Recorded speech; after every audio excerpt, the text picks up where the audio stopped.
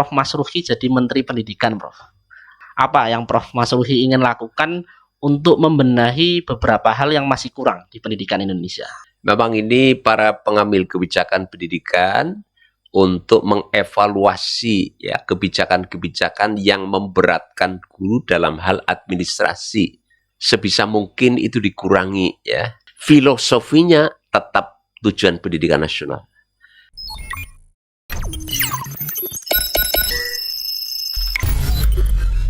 Assalamualaikum warahmatullahi wabarakatuh. Sobatmu, kembali lagi bersama saya Muhammad Taufik Ulinuha pada program Podcast Insight. Pada program sebelumnya kita sudah mendiskusikan terkait bagaimana pengelolaan manajemen dan membangun masjid unggulan bersama Pak Kusnadi. Nah, pada kesempatan hari ini alhamdulillah kita bisa silaturahim, bisa sowan dengan salah satu tokoh yang sangat terkenal, guru besar yang memiliki konsentrasi di bidang pendidikan moral. Beliau adalah Profesor Dr. Masruhi MPD. Assalamualaikum, Prof. Waalaikumsalam warahmatullahi wabarakatuh. Sehat ya, Prof? Alhamdulillah. Alhamdulillah. Ini sedang sibuk apa, Prof? Beberapa waktu terakhir ini, Prof? Ya, pertama kita ada akreditasi rumah sakit gigi mulut pendidikan. Selain juga ini juga yang rumah sakit Unimus yang baru diresmikan 6 Januari kemarin, ini juga sedang persiapan akreditasi. Jadi terus berprogres. Ya. Baik, sobatmu, sebelum nanti kita akan berdiskusi dengan Prof. Masruhi yang alhamdulillah di tengah-tengah kesibukannya bisa meluangkan waktu, Prof. Terima kasih sekali untuk berdiskusi. Mungkin ini, Prof, banyak dari sobatmu ini yang belum tahu bagaimana rekam jejak Prof. Masruhi sehingga saat ini menjadi tokoh sentral selain sebagai Wakil Ketua PWM Jawa Tengah juga sebagai Rektor Universitas Muhammadiyah Semarang. Kalau saya melihat dari riwayat pendidikan itu kan sekolah dari SD sampai SLTA tidak di AUM ya, Prof. Termasuk kuliahnya gitu kan, bahkan guru besarnya pun di UNES. Nah ini Prof. Masruhi ini kemudian background keluarganya Muhammadiyah atau ketemunya di mana itu, Prof? Mungkin bisa sedikit ceritakan, Prof. Jadi saya di SD negeri di Tegal ya, Kabupaten Tegal. Kemudian setelah itu SMP-nya waktu itu karena orang desa ya, SMP-nya ya SMP yang dekat rumah saja.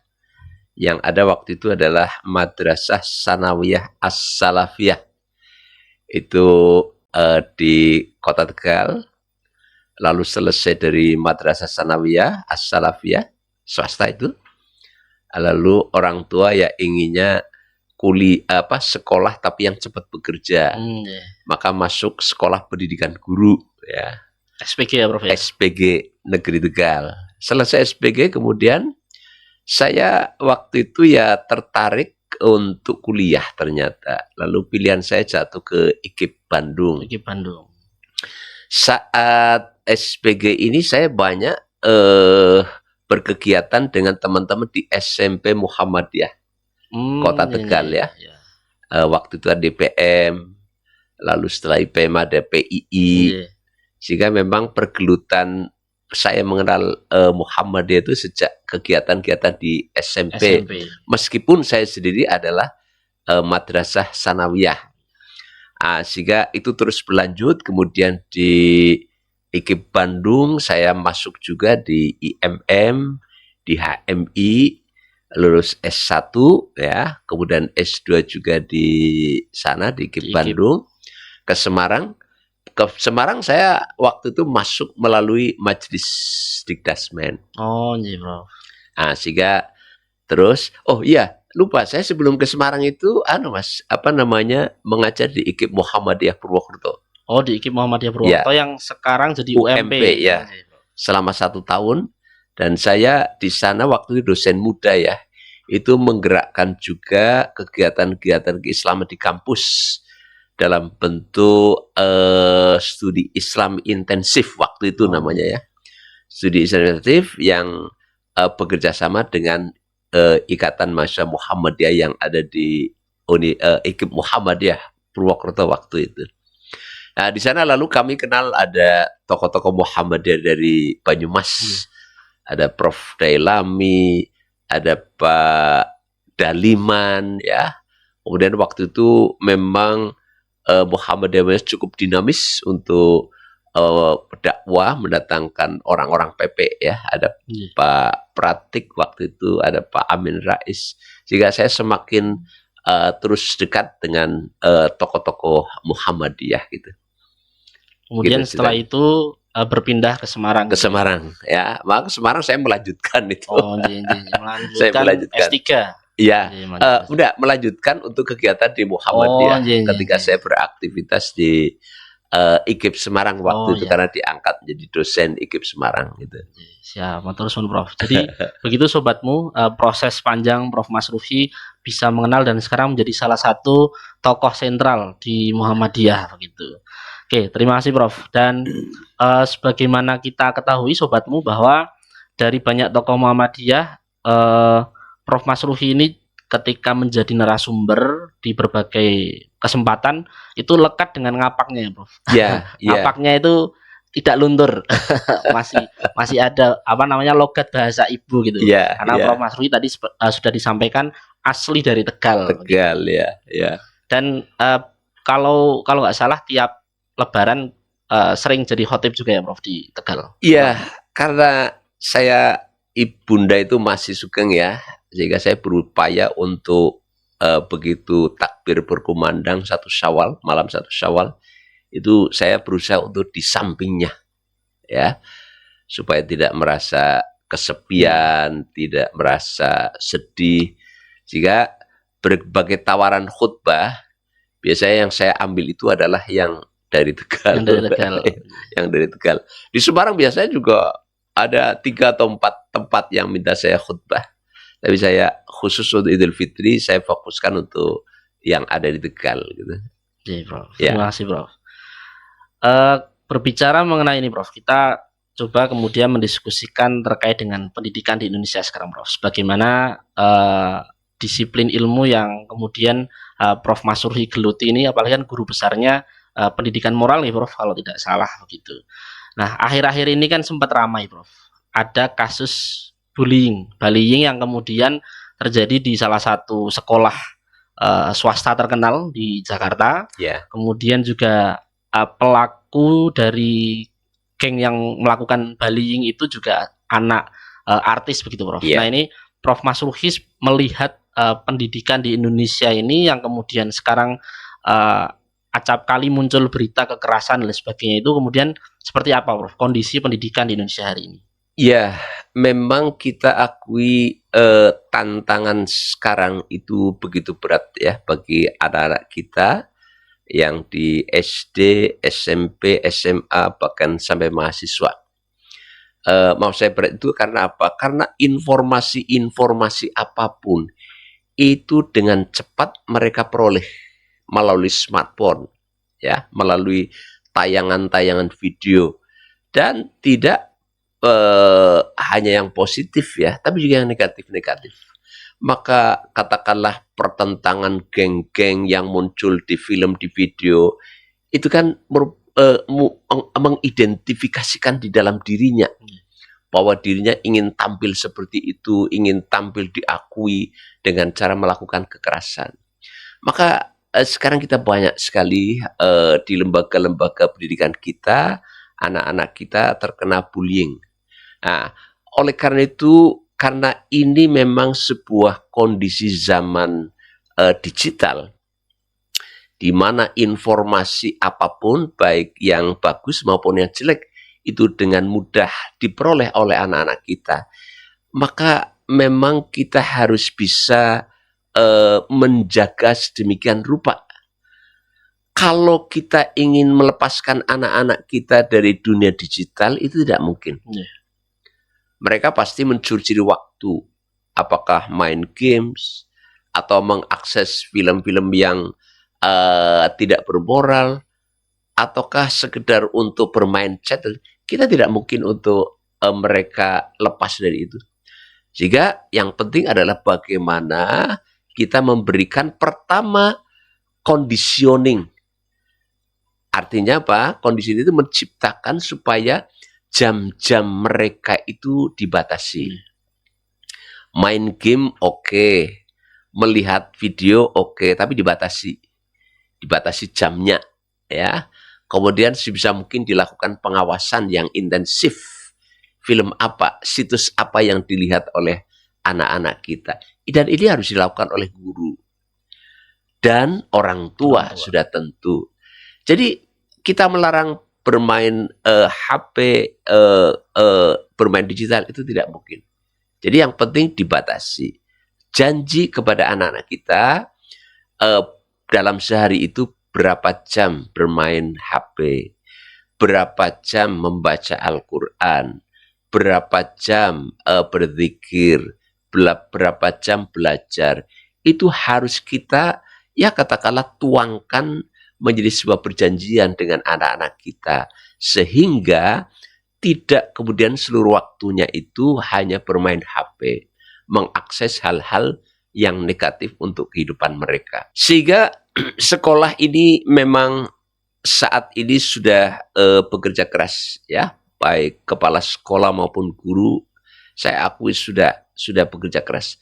Tapi memang pergaulan mereka dengan dunia digital yang sulit dikontrol, ya. Sehingga memang terus Bapak Ibu guru untuk mengupayakan terciptanya conditioning pendidikan yang baik di sekolah. Lalu orang tua juga bertanggung jawab untuk pendidikan anak-anak kita di luar sekolah secara maksimal. Orang tua jangan kemudian acuh tak acuh terhadap apa yang dilihat di HP anak-anaknya. Jam-jam, penggunaan jam untuk bermain HP bagi anak-anak harus selalu dikontrol. Saya kira kalau ini dilaksanakan, baik sekolah maupun juga orang tua, insya Allah akan bisa terkontrol anak-anak kita.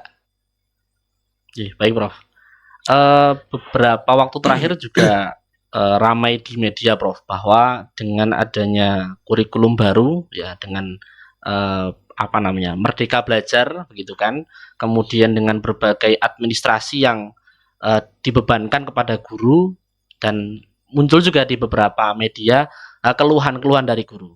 Apakah kemudian dengan adanya beban administrasi itu menjadikan pengawasan di sekolah itu menjadi berkurang, Prof, sehingga ada dampak tadi, ada bullying dan lain sebagainya? Ya, saya rasa itu ada pengaruh, ya. Memang ini para pengambil kebijakan pendidikan untuk mengevaluasi, ya, kebijakan-kebijakan yang memberatkan guru dalam hal administrasi. Sebisa mungkin itu dikurangi, ya. Jadi kita jangan terbawa arus pendidikan seolah-olah merupakan ranah digitalisasi, itu jangan. Pendidikan itu punya filosofi sendiri, ya. Digital itu merupakan alat, tools. Jadi guru-guru atau para pendidik itu jangan kemudian dibebani dengan persoalan-persoalan administrasi yang bersifat digital yang banyak. Karena guru-guru kita kan banyak yang sudah senior, yang sepuh-sepuh, yang dia tidak akan bisa menggeluti dunia digital secara masif, ya. Kecuali kalau guru-guru muda, ya. Sehingga ini catatan bagi para pengambil kebijakan lah, nanti Pak Menteri yang baru, ya, bagaimana meninjau ulang, ya,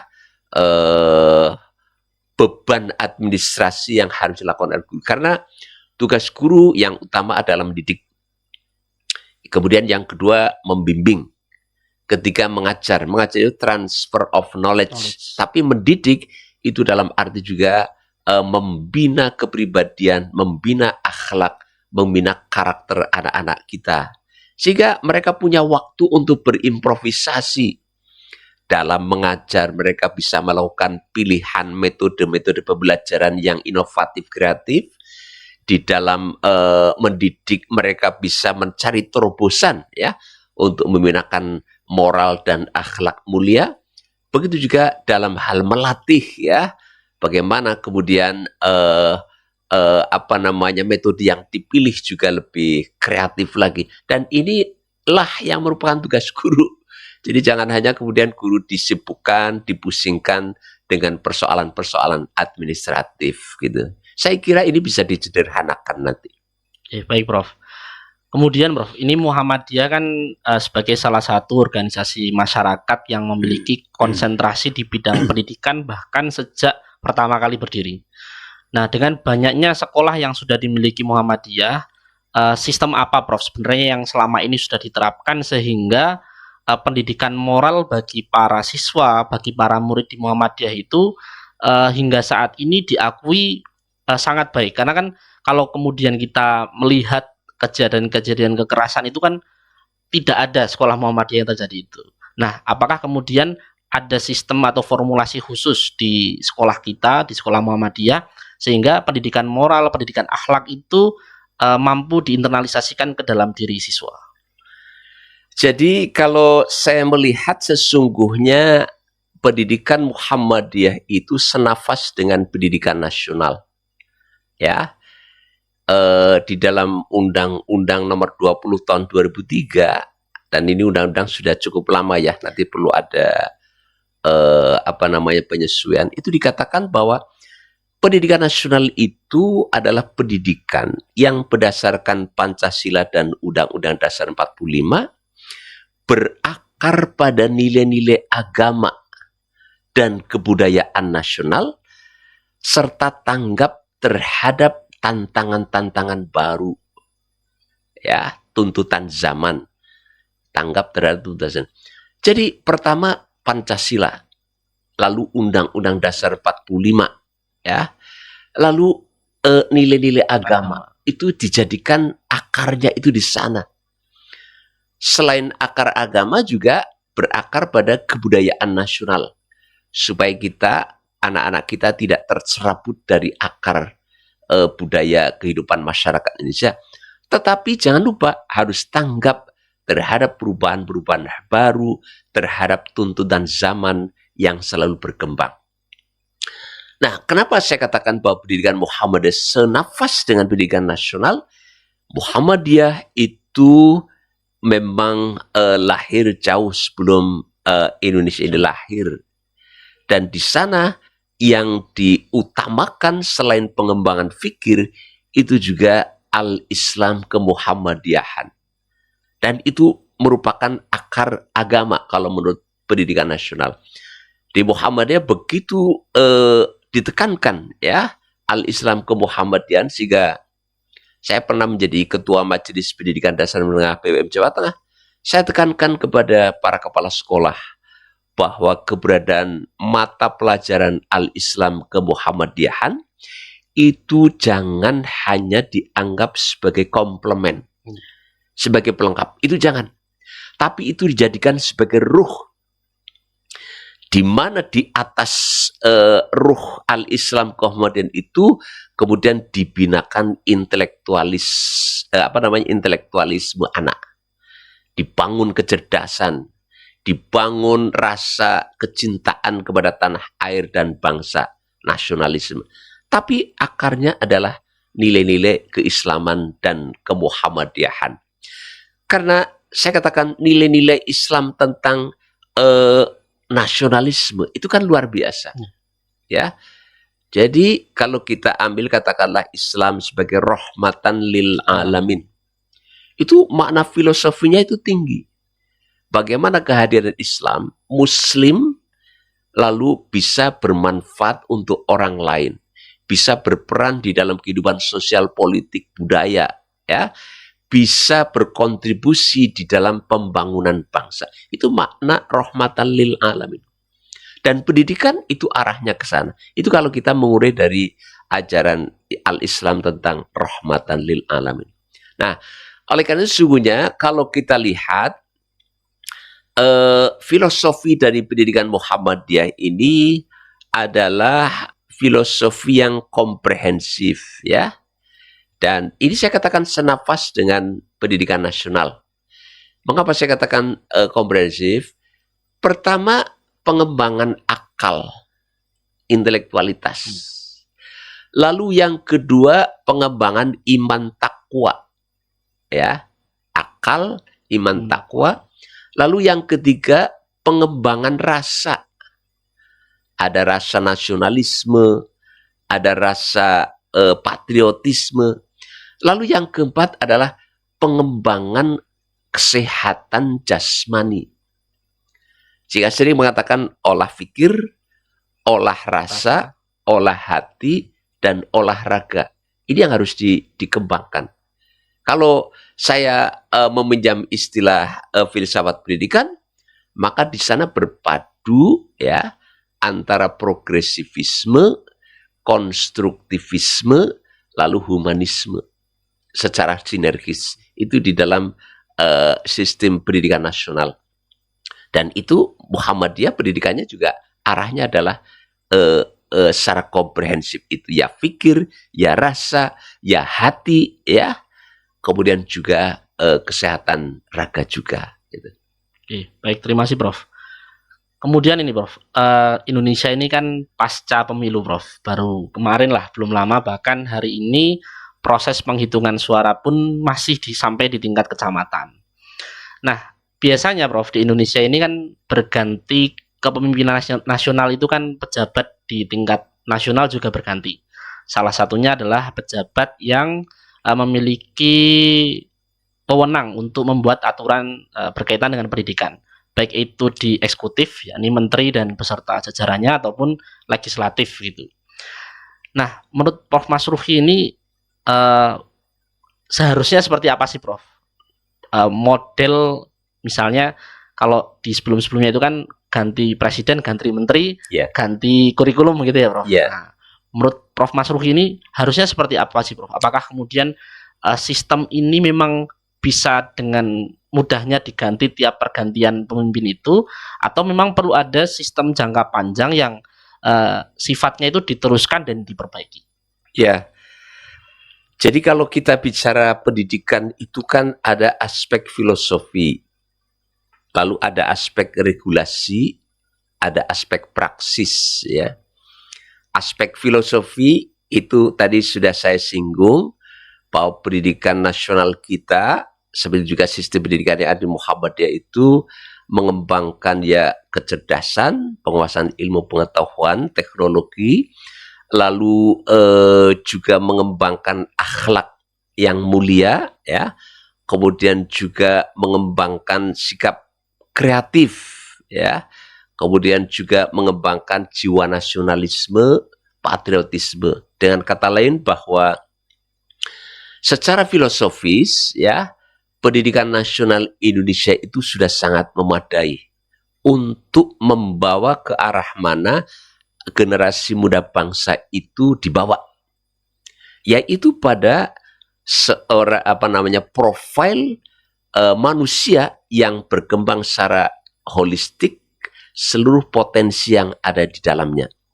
Ya cerdas, pinter, ya agamanya bagus, ya, kemudian juga punya kepedulian sosial, rasa, lalu punya nasional tinggi, patriotis tinggi, lalu juga antisipasi terhadap kebutuhan-kebutuhan baru, tuntutan zaman. Ya, sudah cukup ideal pada tataran filosofi.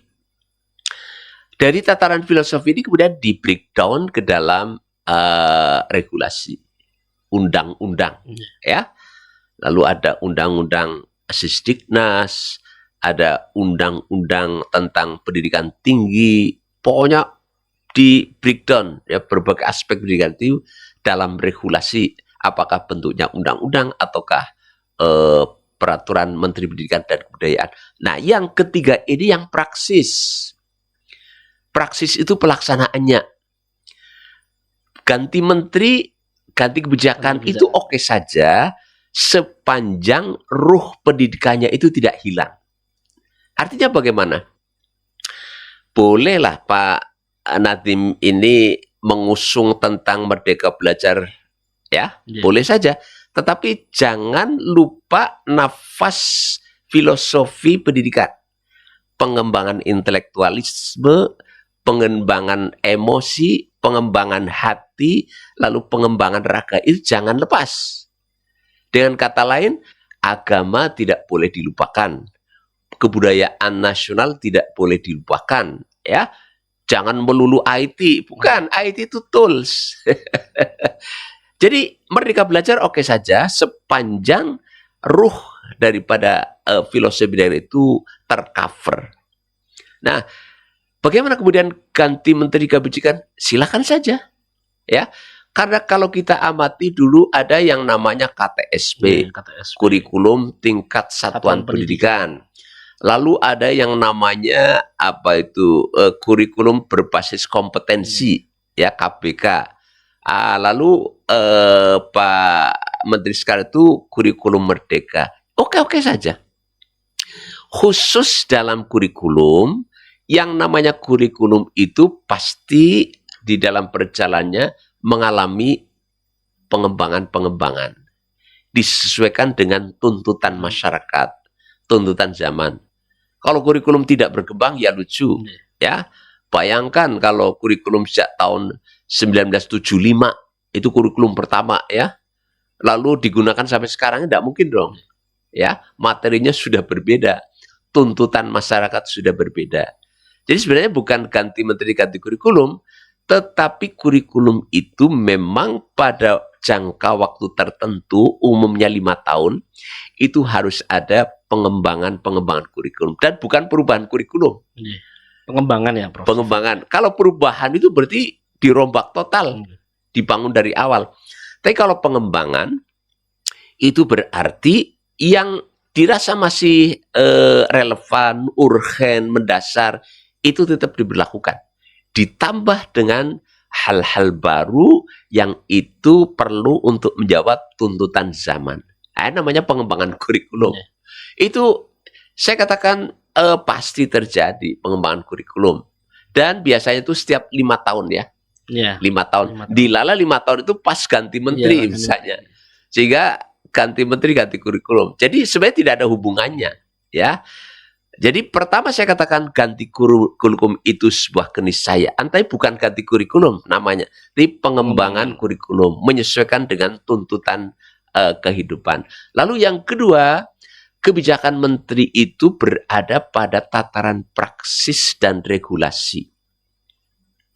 Filosofinya tetap tujuan pendidikan nasional.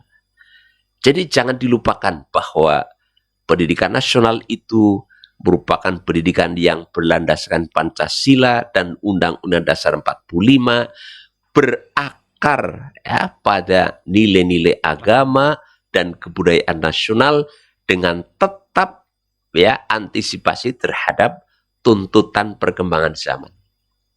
Jadi kalau ada menteri yang tidak boleh belajar agama, itu sudah keluar dari rel. Keluar dari filosofi pendidikan. Dari filosofi. Jadi kata kuncinya adalah filsafat pendidikan Indonesia itu.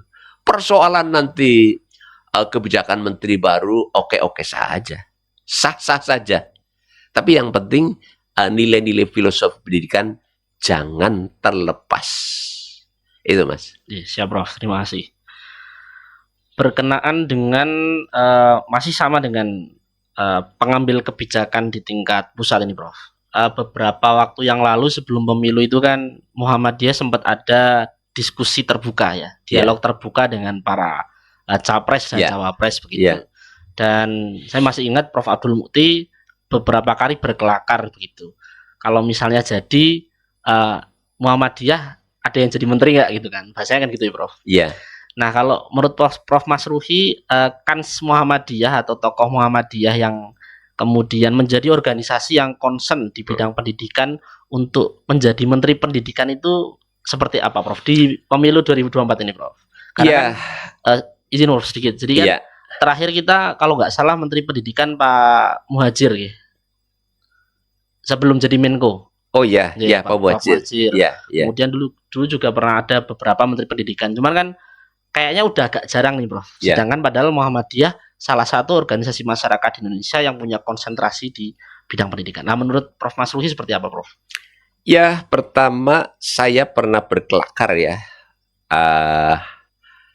Mestinya tokoh pendidikan nasional itu Ki Haji Ahmad Dahlan. Ya, mohon maaf ini, ya.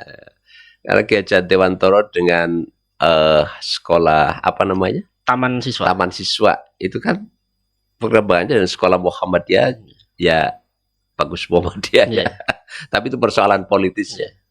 Tapi saya kira lepas dari itu ya, memang Muhammadiyah itu kan amal solehnya itu ya di bidang pendidikan lalu kesehatan. Bagaimana dengan kemungkinan katakanlah ke depan Menteri Pendidikan dari Muhammadiyah? Saya kira itu terbuka lebar. Pertama, tokoh-tokoh muda Muhammadiyah banyak yang memiliki kompetensi di dalam pendidikan, ya. Kemudian yang kedua juga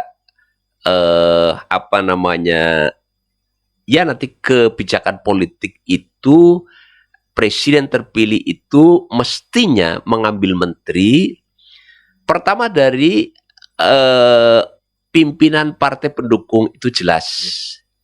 Tidak diingkari lah.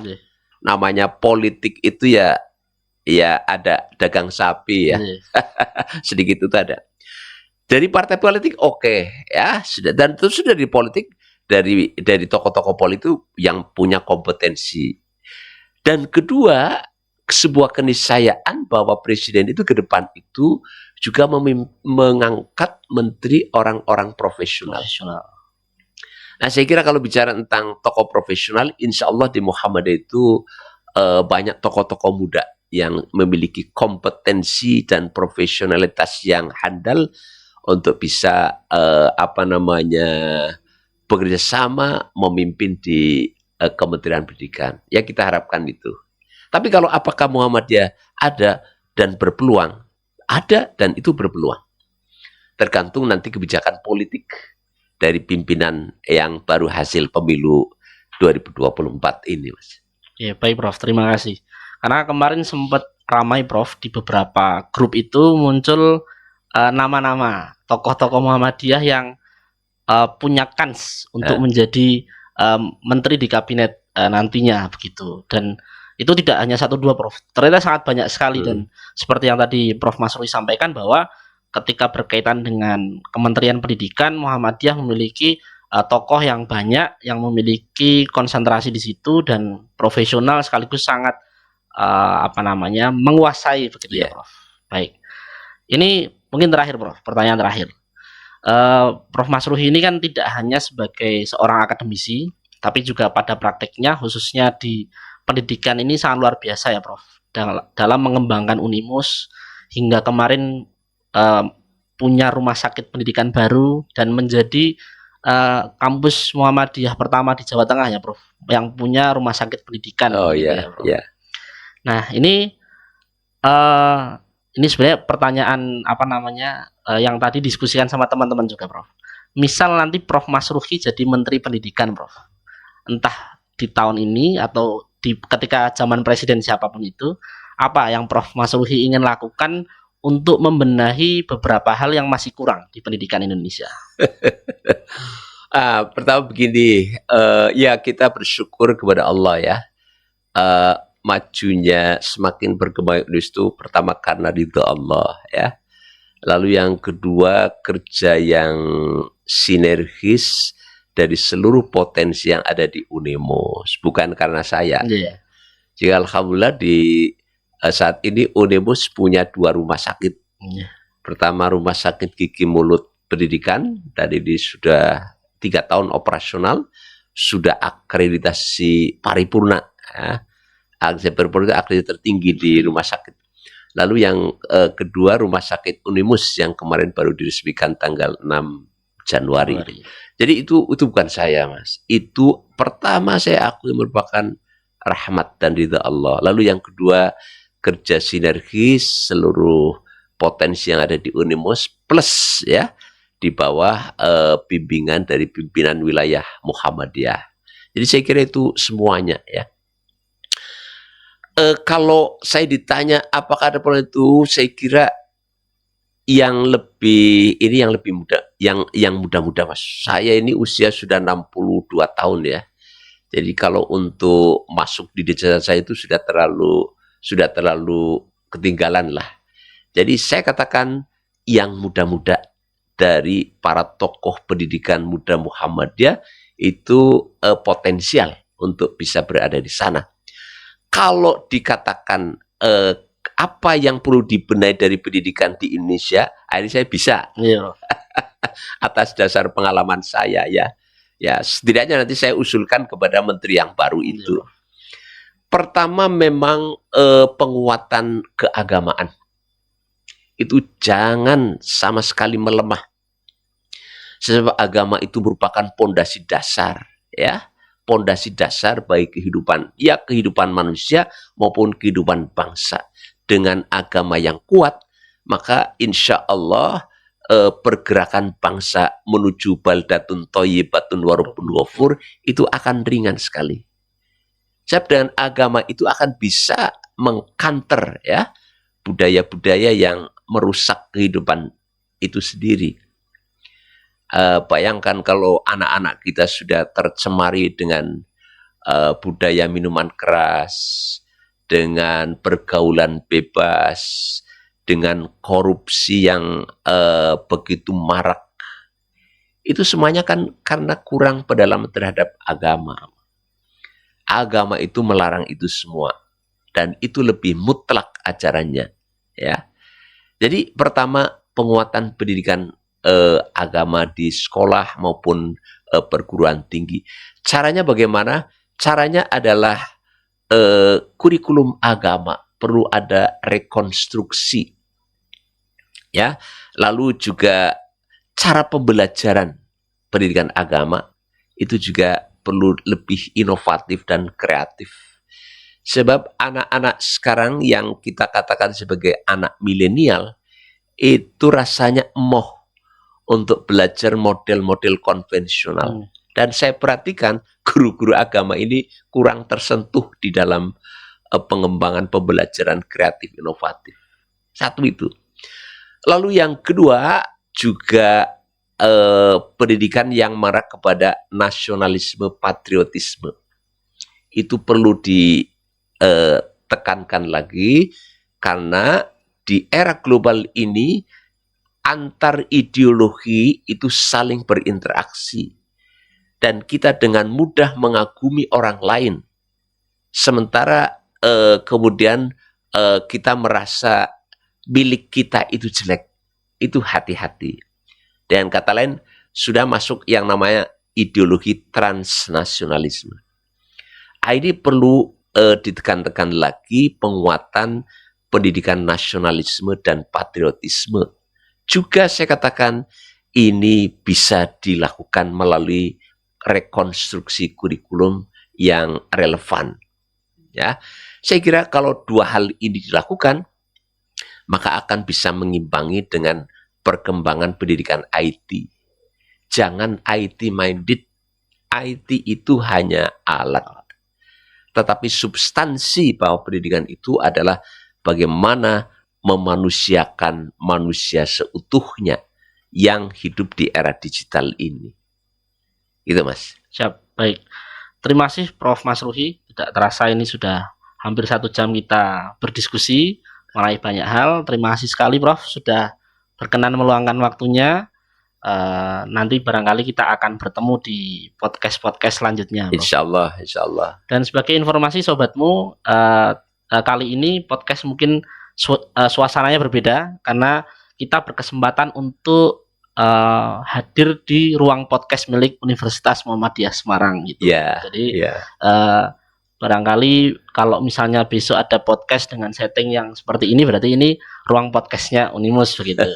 Oke, terima kasih sekali lagi Prof atas waktunya. Selamat melanjutkan aktivitas Prof. Sehat selalu.